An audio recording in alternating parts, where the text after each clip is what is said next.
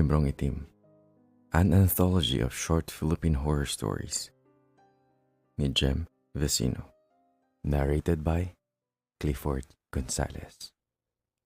Dahil mahal kita. Dahil mahal kita, gagawin ko ang lahat. Bumalik ka lang sa akin. Kaya hindi ako nagdalawang isip nang makasagap ako ng balita tungkol sa matandang nakatira sa lote ng katabi ng bahay ko. Kakalipat lang niya. Mga 3 buwan pa lang ang nakalipas. Sabi ni Mang Joey sa may tapat, may pagka-weirdo daw yung matandang yan. Bihirang lumabas at hindi makatingin ng diretso tuwing kinakausap. Kwento naman ni paring Egay na lasinggero. Pauwi raw siya minsan ng madaling araw nang may maaninag siyang malaking aso na nakaupo sa tapat ng bahay ni Aling Jenny na buntis. Hindi daw niya pinansin yung aso noong una. Kaya lang nung medyo malapit-lapit na siya, napansin daw niyang parang iba yung korte ng aso. Pumulot daw siya ng bato para palasin yung aso at nasa pulito sa ulo. Kaya daw bigla yung humarap sa kanya. Pucha! Napamura daw siya sa takot. Yung asong itim, may mukha ng tao. Matanda daw ang mukha na puro kulubot at nanlilisik ang pulang mga mata. Nawala daw bigla ang pagkalasing niya. Sumingasing daw yung aswang. Tapos, tipong tatalunin siya. Kaya kumari pa siya ng takbo. Hinabol daw siya ng aswang. Naririnig pa niya yung hingal at singasing na to. Sa sobrang takot, nahulog siya sa malaking open na kanal sa kanto. At kahit ano pa raw ang gawin niya, hindi siya makakyat palabas. Akala daw niya ay katapusan na niya. Nanginginig daw siya sa takot hanggang sa mapansin niya na tahimik na sa paligid. Sa huli, nang makaakyat din siya, basa daw yung pantalon niya kahit matagal nang tuyo yung kanal. Pagkakwento sa akin yun ni Egay, naisip kong bigla yung matanda sa kabilang lote. Dati naman kasi walang ganyan sa lugar namin eh. Oo nga, at maraming tambay dito. Pero harmless naman kami. Maliban doon, may iba pa akong naisip. Sa probinsya kasi namin may nakatira dati na magaling na mambabarang. Magaling din daw yun sa mga gayuma at pagpapabalik ng kumakaliwang asawa. Kaya daw sobrang galing dahil may lahi siyang aswang. Kaya naisipan kong pagmatyaga ng mabuti yung matandang kapitbahay ko. Kabilugan ng buwan ngayon. Malamang maghahasik ito ng lagim. Handa ako. Maraming nagtitinda ng buntot pagi sa pier. Maganda raw yung panlaban sa aswang kaya 2 na ang binili ko. Hindi kataasan ng pader sa pagitan ng bahay namin. Kaya mag-aalas 12 ng hating gabi, sinilip ko siya sa kabila. Walang tao. Mukhang naghahanap ng mabibiktima. Nag-over the bakod ako. Dala ang 2 buntot pagi at naghanap ng matataguan. Hindi ko alam kung gaano ko tagal doon nang may marinig akong kumakaluskos. Tumingin-tingin ako sa paligid. Nang masanay na ang mata ko sa dilim, may napansin akong parang anino ng tao sa may puno ng saging sa likod ng bahay. Nakaupo siya sa lapag at may daladalang kung anong hinihimas-himas niya. Pilit ko pa siyang inaaninag nang may marinig akong tunog na parang naglalaway. Sakto namang lumabas ang buwan mula sa mga ulap. At nakita ko siyang mas mabuti. Maitim siya. Hindi lang basta anino. Nakahubad-hubad at nababalutan ng itim na balahibo. Nakabukang malaki yung bibig niya na para bang bali ang panga. Tumutulo ang laway. At pilit niyang ipinagkakasyang ulo ng isang bata sa loob ng bunganga niya. Kinilabutan ako mula batok hanggang sa tuktok ng ulo ko at sa balahibo ko sa aking mga paa. Akala ko hindi na ako makakagalaw noon. Sobrang lakas kasi ng inig ng katawan ko Pero nagawa kong tumayo at tumalon sa kanyang harapan. Ano yung dala mo? Sigaw ko sa aswang. Ang gulat niya, nanlaki ang mga pulang mata at napaggapang patalikod. Pero hindi niya binitawan yung bata na nakasubo pa rin sa malaki niyang bunganga. Hinampas ko siya ng buntot pagi sa braso. Sumingasing siya at nabitawan yung bata na dumulas mula sa bunganga niyang naglalaway. Hinata ko kaagad ang bata palayo. Buhay pa. Humihinga pa. Pero tulala. "Anong ginagawa mo sa bata?" Tanong ko sa kanya habang umaambang mamamalo ng buntot pagi. "Aswang ka, no? Kakainin mo siya, no?"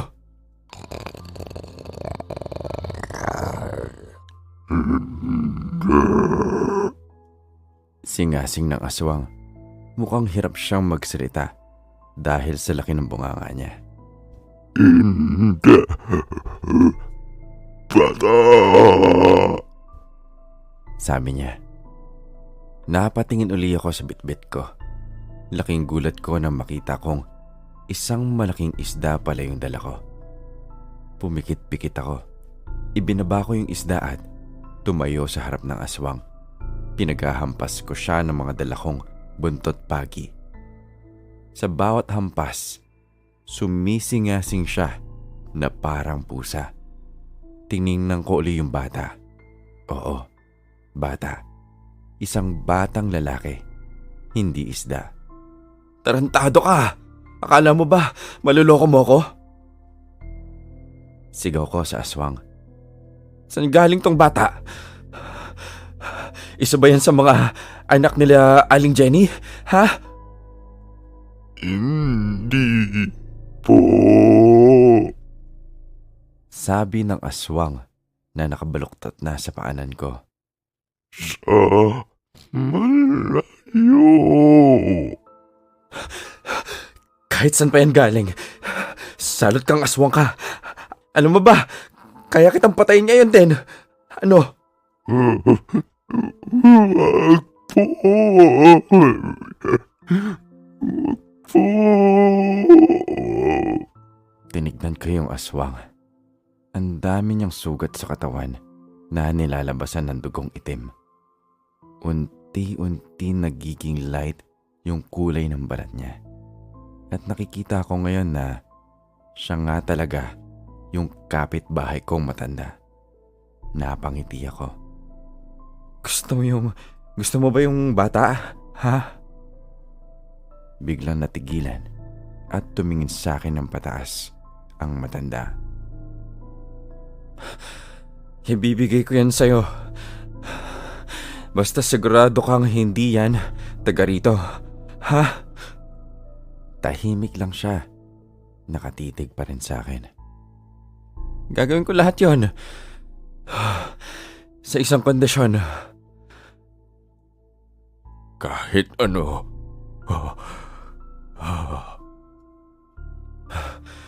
"Sige," sabi ko. "May tumuturotot sa kalivin ko." Sabi ko sa aswang. Gusto ko siyang bumalik. Biglang umisi ang matanda. "Yun lang ba?" sabi niya na parang nang-aasar pa. Tinaas ko yung buntot pagi at inambahan ko siya. Agad umiwas yung matanda. Tumalon siya papunta sa bata. Pag-angat niya, isda na naman ang bitbit niya. Isang malaking isda.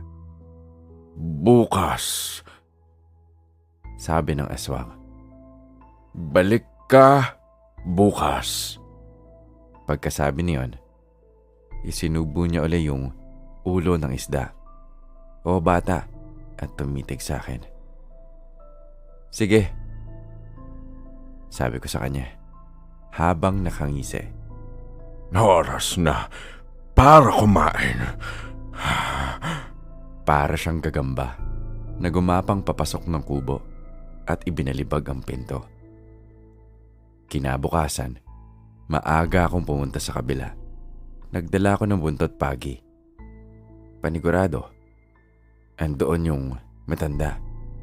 Naghihintay sa tapat ng kubo niya. Wala siyang kasugat-sugat sa katawan. At parang bumata pa ng ilang taon ang mukha niya. "Oh, tuloy ka," Mahina pa rin ang boses niya. Garalgal at pabulong. Pagkapasok namin ng bahay, pinaupo niya ako sa sala habang umupo naman siya sa sulok. Ikwento mo ang iyong storya, sabi niya. Nag-aalangan pa ako ng kaunti pero inilabas ko na rin ang picture ng mahal ko. Eto si Joyce, sabi ko sa kanya. 2 taon na kami niyan. Hinago pa nung boss niyang kano. Nanginginig ang boses ko sa galit. Gusto ko siyang bumalik. Gusto ko siyang mabaliw sa akin na di niya kayang wala ako. May dinukot yung matanda mula sa loob ng duster niya sa may dibdib. Isang panyong itim. Binuksan niya yon at may kinuhang batong puti na sinliit ng butil ng mais. 2 piraso pala yon. Magkadikit na parang magnet. Magkahiwalay niya yung inabot sa akin. Ibabad sa magkahiwalay na baso ng tubig ang 2 buto sa ilalim ng bilog na buwan, sabi niya. Tapos, inumin mo yung tubig ng isa at ipainom ang tubig ng isa pa kay babae. Anong buto yan? Nagdududa kong tanong sa kanya. Baka lason yan ha? Gusto mo ba siyang umalik o hindi? Sagot niya sa akin. Sa huli, nanalo pa rin ang pagmamahal ko kay Joyce. Inabot ko yung buto sa kanya at pinagmasdan yon. Para siyang kumikinang at pilit na nagdidikit. Ibababad ko lang? Paninigurado ko. Di kailangan kainin? Tubig lang, sagot ng matanda. Huwag mong lunukin. Malakas yan masyado. Hindi na hisiwalay. Kaya huwag lunukin. Tumango ako. Tandaan, huwag mong lunukin. At hanggang doon na nga lang ang pag-uusap namin.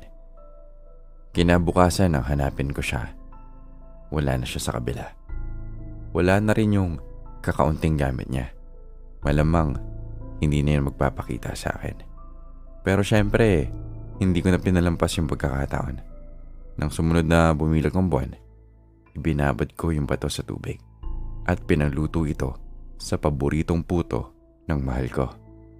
Patapos na ako magluto nang maalala ko ang sabi ng matandang aswang.